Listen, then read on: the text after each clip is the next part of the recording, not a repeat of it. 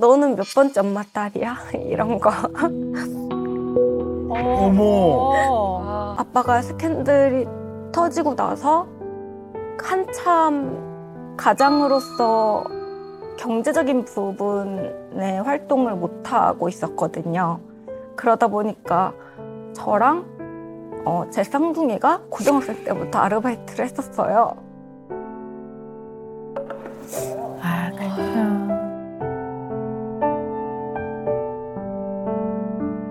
이게 너무 오래 가다 보니까 어디 원망을 할 곳이 없더라고요. 그래서 아빠한테 어디 나가서 막노동이라도 했으면 좋겠다고. 저도 힘들었으니까 그때는.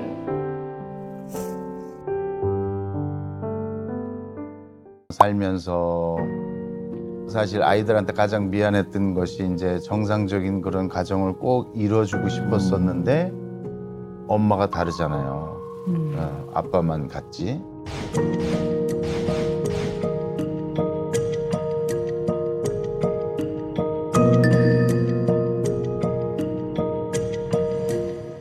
그게 저희가 5살, 3살인데 기억이 나는 부분들이 몇 가지가 있어요. 할머니, 할아버지가 그 얘기도 잘해주셨고 외롭거나 없어서 힘들거나 이랬던 적이 없어서 그런 생각을 저는 안 했었어요.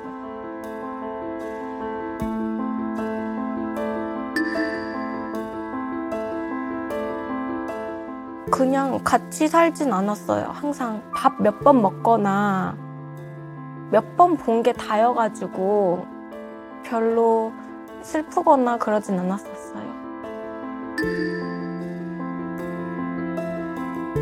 사실 지금도 동생들 엄마니까 연락하고 안부 서로 챙기고 지내기는 해요. 근데 그것보다 동생들이랑 헤어지는 게 가장 힘들었어요. 그런 형제의 관계가 있는데 함께하는 것보다 헤어짐이 나을 것 같아서 헤어지는 거잖아요. 그런데 그게 뭐 좋기만 했겠어요. 그런 상황에서 겪지 않아도 될 그런 일들을 겪었기 때문에 아빠로 인해서 그 자체만으로도 부모로서 미안하고 죄스럽고 그렇죠. 그게 다 겪는 아픔은 아니잖아요. 그런 아픔들은.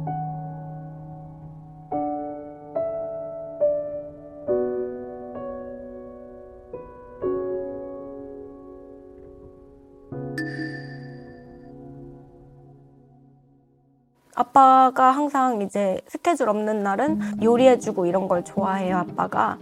그래서 음식 다 차리고 다 설거지까지 다 하고 캠핑 데려가고 놀이동산 많이 데려가고. 지금 이제 제가 35살인데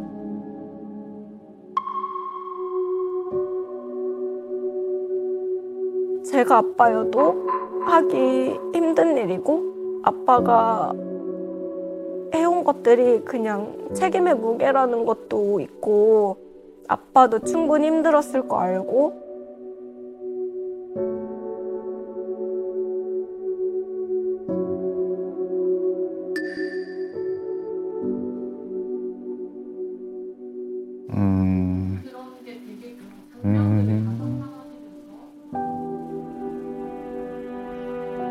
아빠니까 얘기했겠죠. 모든 부모 다 똑같잖아요. 다 똑같은데. 아니 아무리 생각해도 그런 소리 들을 자격은 없고요.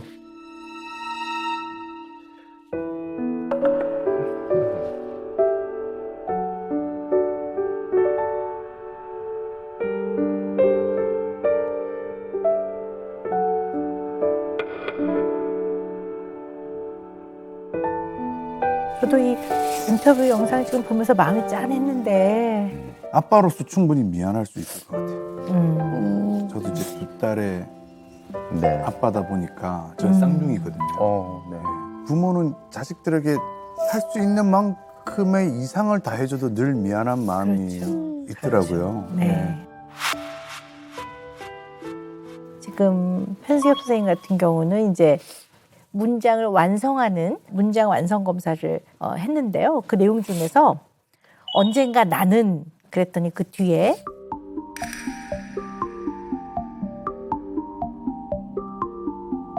가족에게 용서받고 싶다. 이렇게 쓰셨어요.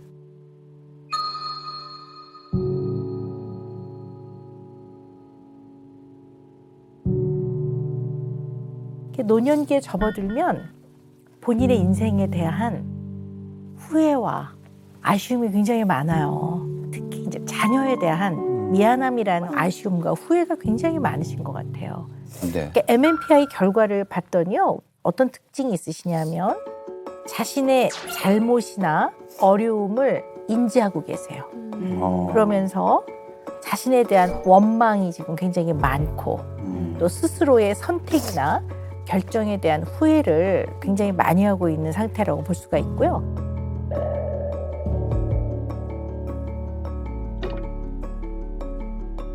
어떻게 보면 내가 싫고 나를 좀 원망하고 이런 게 많으시거든요. 그래서 나를 좀 이렇게 쭉 들어가 보는 거, 그게 선생님도 그렇고 따님분들도 다 그렇고 곰곰이 내면을 좀 들여다보는 그런 시간이 오늘 됐으면 좋겠어요. 어떤 선택을 그렇게 후회하시는지 좀 뭐 궁금합니다. 여러 가지겠죠. 뭐 근데 이제 그 당시에 어떤 선택이 됐든 그 당시에는 이 선택이 옳다라는 생각을 갖고 내린 선택인데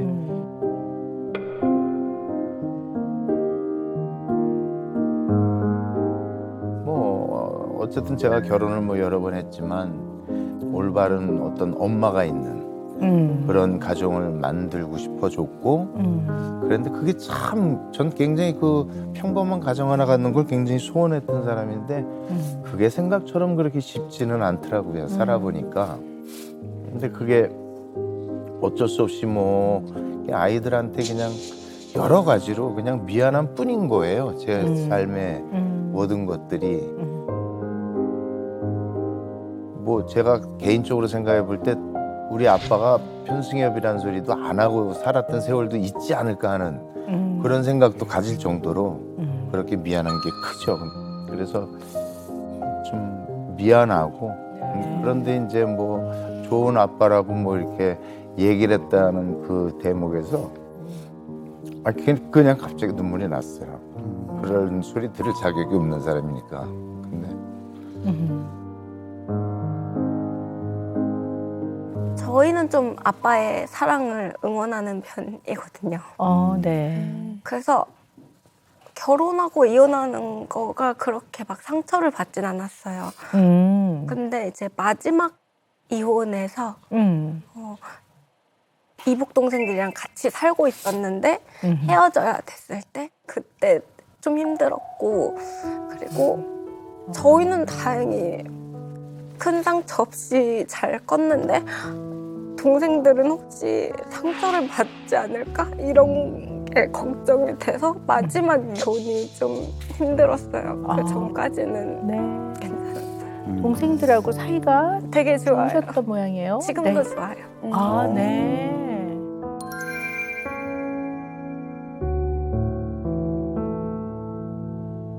그렇군요. 그러니까 그 사이가 좋은 정을 나눴던 동생들하고 헤어지는 거. 그리고 이제 어쨌든 두 분은 그래도 좀 많이 컸는데 어린 동생들이 혹여나 상처를 받지 않을까 그걸 많이 걱정하셨던 거군요. 네.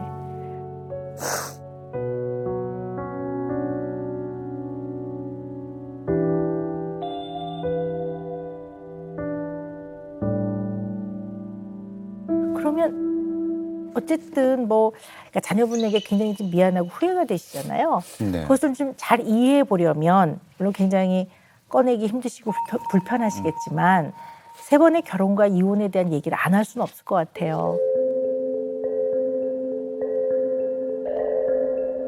그냥 저는 제가 원해서 어쨌든 이혼을 해본 적은 없어요. 지금까지. 제가 원해서 어쨌든 이혼을 해본 적은 없어요. 지금까지.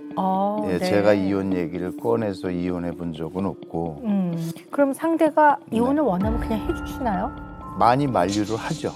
제가 많이 하다가, 만류하고 네. 참고 하다가 설득도 하고. 이렇게. 네, 그럼요. 네네네. 그냥 하자고 한다고 무작정 할 수 있는 그렇죠. 게 이혼은 아니니까요. 네. 어떤 이유가 됐든 제가 원해서 해본 적이 없었어요. 그러다 보니까 참 그게 안타깝고 또 제 입장에선 근데 한번 이혼을 하잖아요. 그러면 다시 그 사람을 다시 돌아보지 않는 경향이 좀 있어요. 참을 때까지는 참아내는데 이혼하고 나서 다시 재결합을 원했어요. 모든 사람이. 그랬는데 그건 또 제가 할 수가 없었어요. 네. 네. 그러니까 뭐 미련이 남거나 다시 돌아보거나 그러진 않으시는군요. 한 번 딱 이혼 결정이 되고 나면. 힘들게 이혼을 했으니까 쉬운 결정은 아니었기 때문에 재결합을 해도 언젠간 또 그런 상황이 또 생길 수도 있는 거고 그래서 그 아픔을 또 겪기 싫은 거죠. 그래서 다시는 그걸 또 하고 싶지 않기 때문에 그쪽으로는 생각을 접는 거죠. 네. 되게 조심스러운 네, 질문인데요. 말씀하십시오. 같은 사람과는 또 이 어려운 과정을 또 하는 건 어렵겠다. 그래서 다시 재결합은 안 하시는데 다른 사람과는 그 어려운 결혼 생활을 다시 시작하시거든요. 왜 그런 것 같으세요, 선생님은?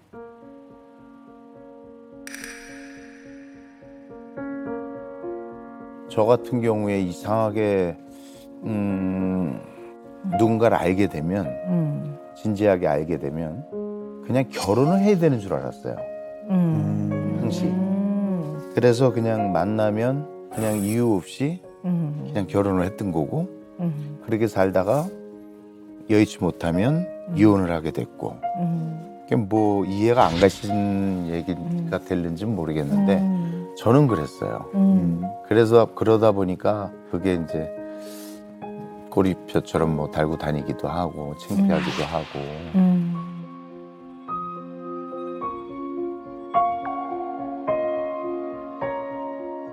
선생님 생각에 첫 번째 결혼은 왜 좀 이것이 좀 어려움이 생기고 결국은 헤어지게 되셨다고 선생님은 생각하세요? 그 당시에 생각할 때는 가수를 시작할 무렵이었는데 가수 생활을 하는 거를 굉장히 싫어했어요. 굉장히 그걸 말리고 그런 문제가 좀 있었어요. 그리고 제가 생각할 때 그렇게 이혼까지 할 만한 원인이 특별히 없어요. 그냥 본인이 어쨌든 간에 수시로 이혼 얘기를 많이 했어요. 그래서 한 번은 이제 뭐 그 법원에 가는 길에 신분증을 가져가야 되잖아요. 근데 신분증을 안 가지고 왔다고 그러길래 이 사람이 나한테 그냥 겁주려고 그런 것이다. 제 생각에. 그냥 액션만 취한 게 아닌가 이런 생각을 가졌어요. 그래서 어떤 일이 있어도 우리 이혼하자는 소리만 하지 말고 살자. 예, 그랬는데 그게 여러 번 이제 반복되고 그래서 아이들한테까지 이런 아픔을 주면서까지 영위를 할 수는 없구나 결혼 생활을. 그래서 그때 내린 결정이었어요.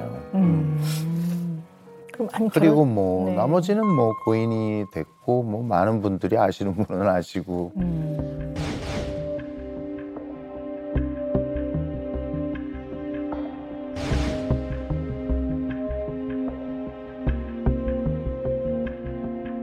제가 뭐 결혼 생활 한 4개월 정도 했나요? 네. 네, 많지 않은데. 첫 번째 결혼은 한 5, 6년 결혼 생활을 네. 하셨고요. 네. 그리고는 두 번째 결혼하실 때까지는 그냥 조금 네. 혼자 지낸 기간이 있으셨던 것 같아요. 예. 네. 그리고 이제 두 번째는 한 4개월 네. 정도 결혼 생활을 하셨고, 네. 그리고 나서 또 좀 혼자 지내시다가, 네. 네. 그리고 이제 세 번째 다시 결혼 네. 생활을 시작을 하신 거네요. 이상한가요? 제가? 아니요. 말씀을 듣고 보니까 네. 좀 더 잘 이해가 되는 것 같아요. 네. 우리 편승엽 선생님의 MMPI 결과를 보면요. 어떤 특성이냐면요. 다른 사람과 관계를 맺으면, 인간관계를 맺으면 처음에는 친밀감을 아주 잘 표현하면서 아주 호혜적인 감정을 나누는 분이세요. 근데 그냥 MMPI의 분석은 실증이나 지루함을 느끼면서 오랜 시간 동안 누군가와 아주 친밀하고 깊은 1대1의 관계를 유지하는 것이 좀 어려움이 있을 가능성이 있어 보인다. 이렇게 보거든요. 그렇진 않으세요? 저는 전혀 그렇지 않다라고 생각하거든요. 그 부분은 전혀 그렇지 않다라고 생각하거든요. 그 부분은 사람에 네. 대해서 실증을 내지는 않고요. 네네. 실망을 줬을 때 믿음을 저버리고 뭐 이랬을 때 그럴 때는 끊어내죠. 그럴 때는 예. 그런데 네. 그럼 사실은 어떻게 보면 당당해도 되는 거거든요. 왜냐하면 네. 법적으로 문제가 없고 네. 그리고 바로 직후도 아니시더라고요. 꽤 긴 기간 또 혼자 계시다가 네. 또 새로운 사랑이 시작이 되고 근데 왜 따님들한테 자녀분한테 이렇게 미안하고 마음이 아프고 그러신지 그걸 조금 더 들어보고 싶어요.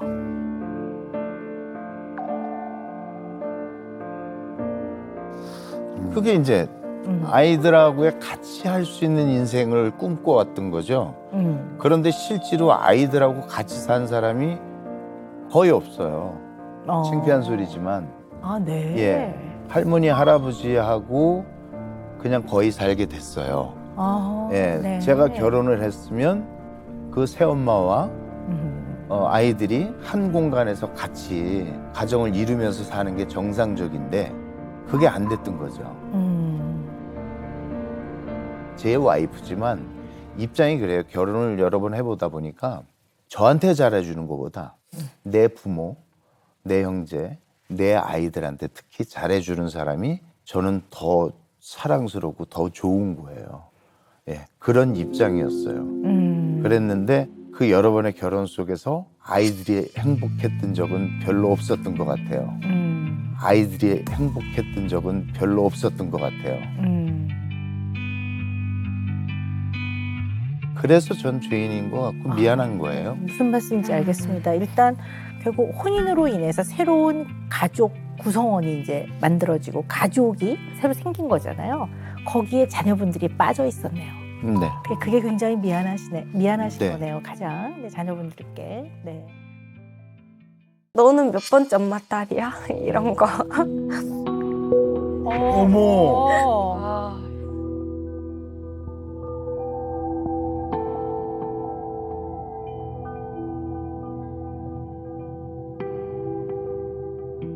한 번은 수련회 같은 걸 간 적이 있는데 자고 있다가 무슨 말소리에 이렇게 깼는데 쟤네 아빠 그거잖아. 막 여자 막 사기치고 다니는 그런 거잖아. 이렇게 얘기하는데 거기서 우리 아빠 그런 사람 아니라고 말할 힘이 없는 거예요. 그래서 그냥 자는 척을 했어요. 그냥 계속. 너무 지쳐서 아직도 내가 말해야 될 사람이 훨씬 많은데 언제 다 말을 하지? 그냥 못하고 이렇게 살겠구나.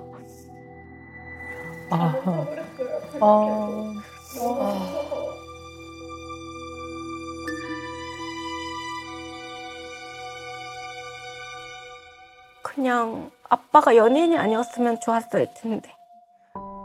너무 어려서부터 그렇게 지내다 보니까 모든 행동 하나하나가 조심스럽고 괜히 또 아빠한테 욕을 먹이는 행동을 하면 안 되니까 모든 사람들한테 잘 보이려고 노력하고 그래서 약간 주변에서 너무 착한 사람 콤플렉스처럼 막 그런 게 있는 것 같다.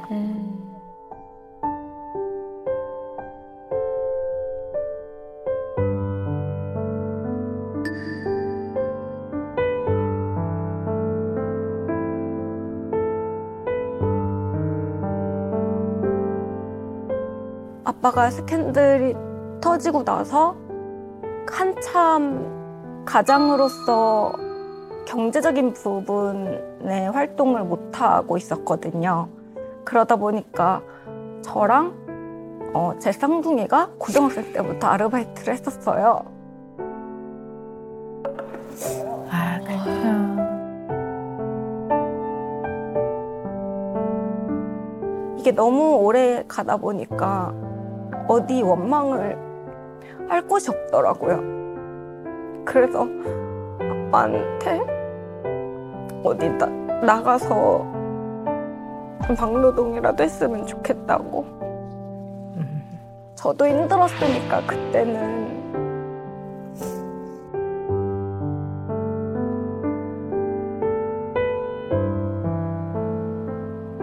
그 당시에는 어렸죠. 그죠? 그 어렸던 수지 씨 마음이 어땠을까? 이때 그 수련회 비슷한 데서 경험했던 그 일은 정말 너무 큰 일이었을 것 같아요. 네. 그때 그 사람들이 아빠에 대한 오해가 아직도 많은데 제일 많았던 시기여서 그냥 평생 이렇게 살겠구나 이런 마음이 들면서 거기서 아니라고 뭐 기사라도 찾아보고 얘기를 해줄 그럴 힘이 안 났었어요. 쟤네는 날 잘 모르니까 저렇게 얘기를 할 텐데 쟤네한테만 말해서 되는 일이 아니니까 그냥 이걸 계속 해서 풀리면 괜찮은데 안 풀릴 것 같아서 그냥 피곤했어요.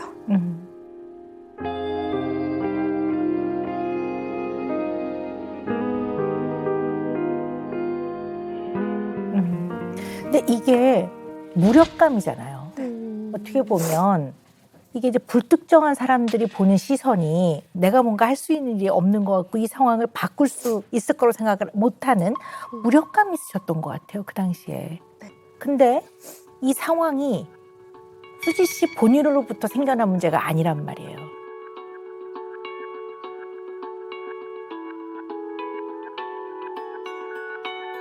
뭐 노력을 하고 더 애를 쓴다고 이게 뭔가 해결이 될 것 같지 않은 이게 굉장한 무력감이잖아. 이 무력감을 10대 때 또래 관계가 가장 중요하고 가장 자상을 단단하게 좀 만들어가는 그 시기에 겪었다는 거는 굉장히 마음이 아픕니다.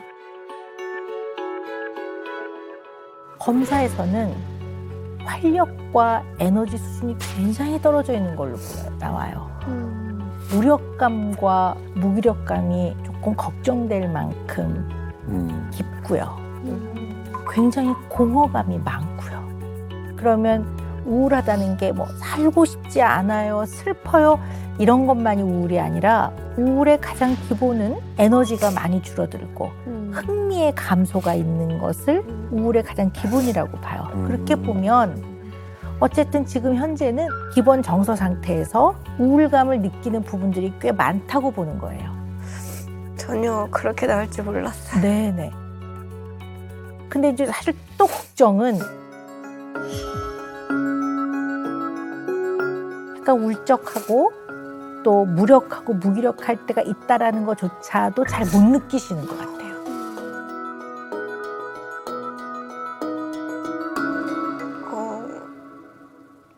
저만 힘든 게 아니니까.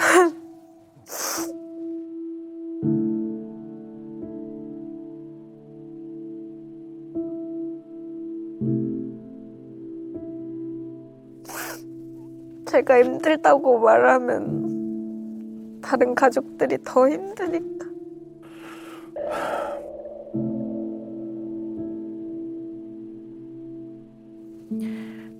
이해합니다. 그 마음을 이해하는데요. 그러나 그 말을 표현을 안 했다고 해서 안 힘든 건 아니잖아요. 여전히 힘들었던 거잖아요. 아휴, 그랬구나.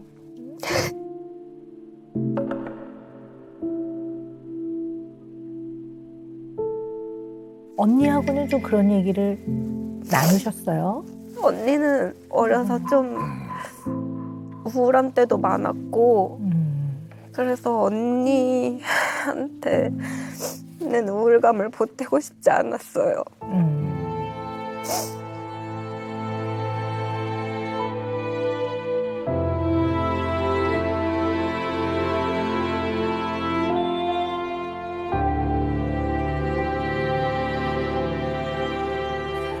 이거는 굉장히 조심스럽지만 우리 성희 씨나 수지 씨의 마음에 뭔가 이제 응어리를 조금이라도 조금 풀어가는데 필수적이기 때문에 제가 말씀을 안 드릴 수가 없는데요. 어쨌든 그 스캔들, 좀 세상이 떠들썩했던 그 일, 혹시 수지 씨 마음에 조금이라도 혹시 정말 그런 면이 조금이라도 있는 거 아니야라는 생각을 해본 적은 없으세요? 저는 솔직히 없었어요. 왜냐면 그 기사 중에 저희가 알만한 거짓말이 있었어요. 저희한테 뭐 아빠가 500원을 달라고 했는데 때렸다 이런 말이 있었는데 그 당시에 몰래 더 큰 돈을 할머니 할아버지 몰래 주려고 막 하고 그랬으면 그랬지 그런 적이 한 번도 없는데 이거는 작은 거짓말이라도 섞여 있다는 게 그게 거짓말이겠다라고 생각이 됐었었고 저는 아직도 좀 억울해요. 아빠가 나서서 적극적으로 해명을 하지 않는 거나 기피를 해요. 저는 아직도 그런 게 좀 억울해요. 사실 또 그런 거에 딸들도 영향을 굉장히 많이 받은 거거든요. 그것 또한 굉장히 억울하겠죠. 네. 근데요, 수지 씨, 억울함이 굉장히 깊어지면요, 이것이 마음 안에서는 화가 되고 이 화가 나한테로 오면 우울해져요.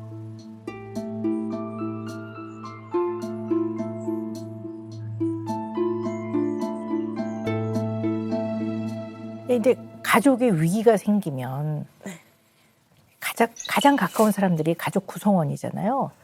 근데 생각보다 이 위기가 되는 상황을 드러내놓고 이거에 대해서 얘기하는 게 생각보다 어려워요. 근데 사실 그게 필요는 하거든요. 왜냐하면 어떠한 위기 상황에서도 가장 끝까지 믿어줘야 되고 거기서 힘을 얻어야 되는 게 가족이기 때문에 위기 상황은 얘기하는 게 그게 훨씬 도움이 되거든요. 좀 자세하게 또 정확하게 이야기를 해주는 것이 자식들이 좀 덜 불안하고 덜 두려워요. 왜냐하면 구체적으로 얘기해주지 않으면 약간 머릿속으로 좀 상상하거나 추측해야 되는, 추정해야 되는 부분들이 생기거든요. 사실 아이들하고 이런 어려운 얘기를 그렇게 별로 나눈 적은 없어요, 제가. 왜냐면 서로 아프기 때문에 굳이 그런 상황을 자꾸 만들고 싶지 않았고 때로는 뭐 이해를 바라고 싶고 이랬던 순간들은 살면서 참 많이 있었지만 역할을 다 잘 못했기 때문에 반성하게 되네요. 이제 그때 그 일을 겪었을 때는 수지 씨가 굉장히 어렸을 텐데 그때 마음을 뭐라고 표현해 보는 게 맞을까요?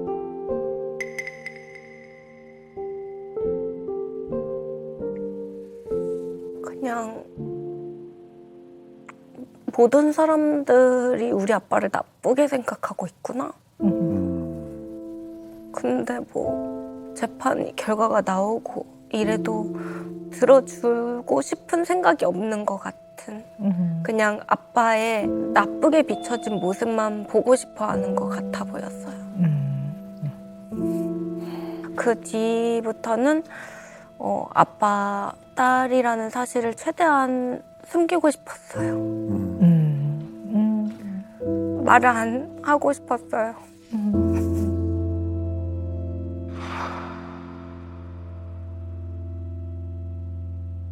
그걸 아빠한테도 편지를 바꾸고 싶다.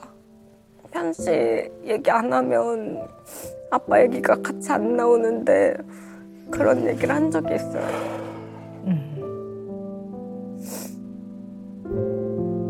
어린 수지 입장에서는 뭔가 배드 루트야, 나쁜 뿌리야.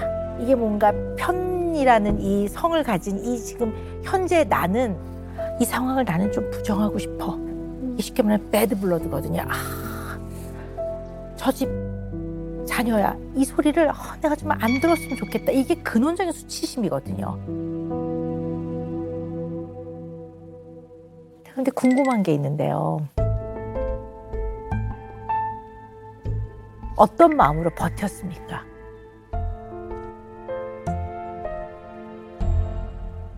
저는 할머니 할아버지. 거의 할머니 할아버지가 주 양육자셔가지고 정말 사랑을 많이 주시면서 컸거든요. 그래서 저는 아빠가 결혼하고 이혼한다고 했을 때 좀 응원하고 존중할 수 있었던 것도 할머니 할아버지 영향이 되게 컸고, 근데 할머니가 힘든 모습을 보기가 싫었던 게 제일 큰 것 같아요. 어떤 중요한 순간에 다른 사람을 조금 더 먼저 챙기는 사람이 있어요. 이제 그런 걸 좀 이타적인 면이 있다라고 말씀을 드렸는데, 약간 좀 우리 수지 씨도 그런 면이 있는 것 같아요. 또 조금 제가 걱정이 되는 거는 이런 분들 중에 일부는 내가 우리 집을 다시 화목하고 행복하고 내 동생들만큼은 내가 겪었던 이런 아픔을 안 겪게 하는 이런 마음이 있을 수도 있어요.